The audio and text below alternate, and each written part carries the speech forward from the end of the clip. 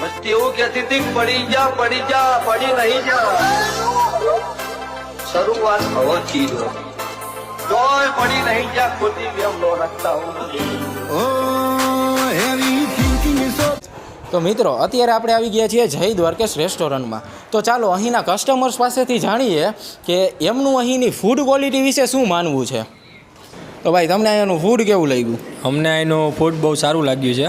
આટલા એરિયામાં કાલાવડ, રાજકોટ કે અમે નિકાવામાં અમે અહીંયા જ જમવા આવી છીએ ને સાંજે અમે અહીંથી નીકળતા હોય તો અહીંયા જ જમી છીએ. ઢોસામાં તો એક નંબરનું અહીંનું કામ છે. તો ભાઈ તમને અહીંયાની ફૂડ ક્વોલિટી કેવી લાગી?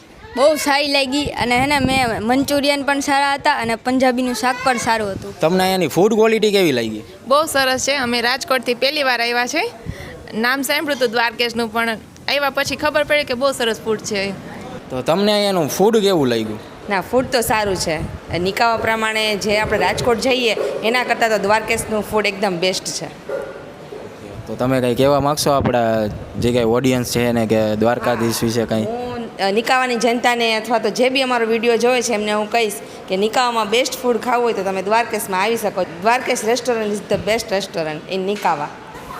તો ભાઈ તમને અહીંયાની ફૂડ ક્વોલિટી ને બધું કેવું લાગ્યું? ફૂડ ક્વોલિટી એકદમ પરફેક્ટ ક્વોલિટી છે. આવી તો આપણે રાજકોટ કે બીજા સિટીમાં ગમે ત્યાં રેસ્ટોરન્ટે જઈને ત્યાં આવી ફૂડ ક્વોલિટી મેન્ટેન નથી કરતા. બીજું એ કે ચોકસાઈ એવી, એની ચોખ્ખાઈ એવી, બધું એકદમ પરફેક્ટ. અમે ફેમિલી સાથે અહીંયા આવ્યા, જઈમાં બહુ મજા આવી અમને અહીંયા. Okay, thank you.